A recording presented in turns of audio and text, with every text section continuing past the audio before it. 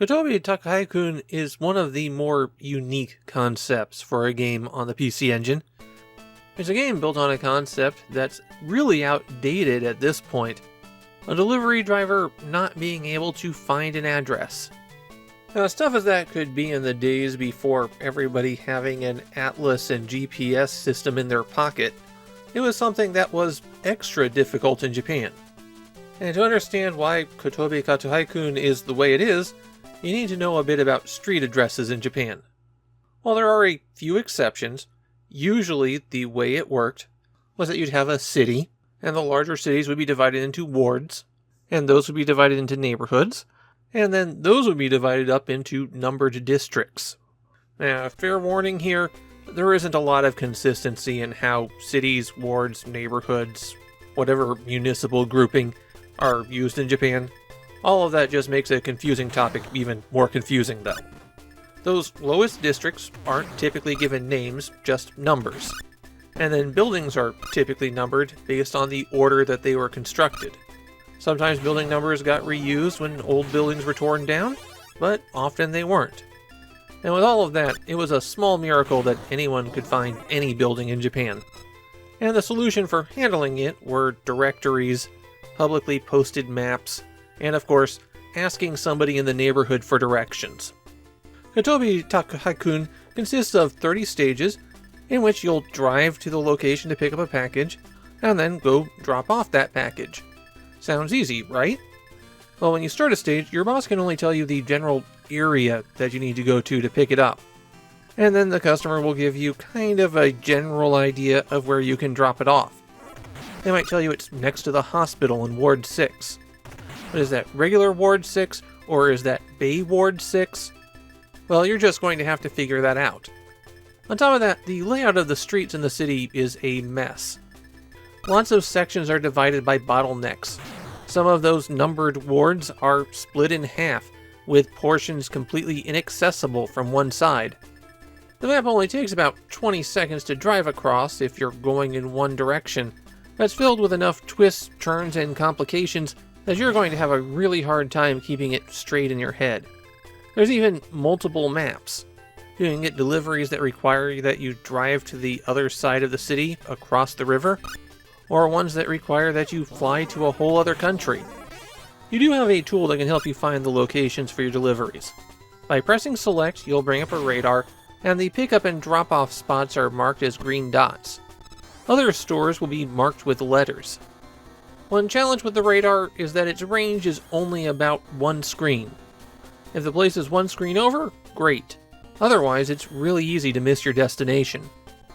The first thing that happens when you start a level is that you need to choose a vehicle. Initially, you've got a bicycle and a moped, but you can purchase additional ones from shops. The difference between the vehicles are their top speed, and they also have damage that is tracked. That damage doesn't get repaired between stages, or at least doesn't get repaired much. So it might be worthwhile to take a slower vehicle if it's at full health. On the first stage, once you've selected your vehicle and headed out, you'll want to head to a shop and buy upgrades immediately. You start the game with 300,000 yen, and upgrades will cost you a maximum of 15,000 to get fully powered up. So do that instantaneously. At the upgrade shop, you can purchase an attack mode, and the difference between these is how many bombs you'll drop. You can drop 1, 2, or 3, and so always take 3. There's absolutely no reason to take the other options. The other thing you can buy is a turbo that increases the maximum speed of your vehicle, even if it's a bicycle. All of these upgrades stick with your delivery boy, so when you change vehicles, you've still got them. Okay, now it's time to get around the city. You accelerate your vehicle by holding down button 2, and button 1 is used to interact with people or drop your bombs.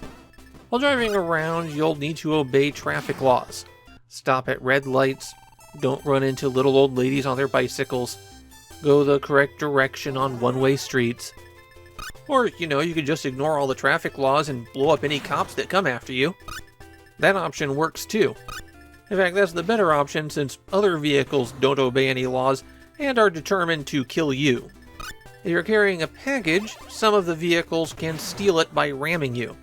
And if that happens, a radar will appear pointing out the vehicle, which also changes to be brightly colored. To get the package back, you just have to ram them. If you're getting chased by the police, then they'll stop you by ramming you as well.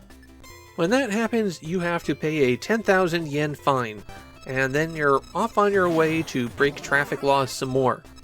There are items that you can pick up to help you, and you'll get these to appear by blowing up cars, running over pedestrians, and sometimes they'll drop off the back of trucks. The ones that fall off trucks will rapidly switch between all possible pickups. For the things that you can collect, the stopwatch freezes everybody in place except you. Considering how erratic the other drivers are, this is pretty useful. Similarly, the capsule makes you intangible for a few seconds. You'll pass right through enemies, though you also can't pick up anything while you're intangible. The skull damages your vehicle, while the wrench does some repairs. The wrenches are fairly common, so it's not really necessary to go to the motorcycle shop and have your bike repaired. Just blow up a few cars and odds are you'll be back at full health. The fuel canister, on the other hand, is fairly rare, and that's always draining as you're riding around. Even if you're on the bicycle, you need gasoline. The cans barely restore anything, so more often than that you'll need to go to a gas station, except there's only one gas station on every map. At the farthest point from it, it might be half a tank to get back there. Once you successfully deliver your final package, you'll automatically teleport back to the office where you'll get paid for each package, plus a bonus. If you have the Tennokoe 2 memory bank, then you can save your progress, and then it's right back to deliveries. If you run out of gas, take too much damage, or run out of time, then you'll lose a life. And then you'll head back to the office and have to start that level all over again. You can continue from that stage if you get a game over, but you'll have to build up your power once again. Takuhai-kun is a weirdly long game. If you know what you're doing, it will still probably take you about 2 hours to play through the whole thing. And if you don't know where you're going, then you're going to go in circles for a long time.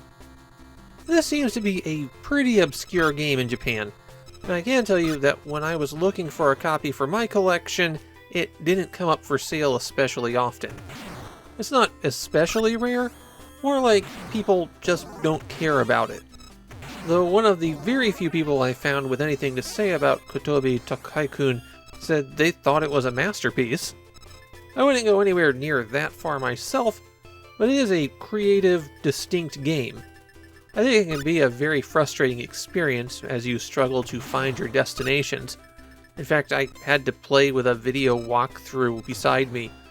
I was just struggling to find people otherwise. As you progress in the game, the time limits also get really harsh. Not just the clock, but the fuel. And that makes this game a lot harder than it might seem. I think Kattobi Takuhai-kun is one of those interesting, quirky games that has some real rough edges, but if you can get past them, then you can have a good time. I personally could. I happen to like the game, but I can completely understand why someone might not.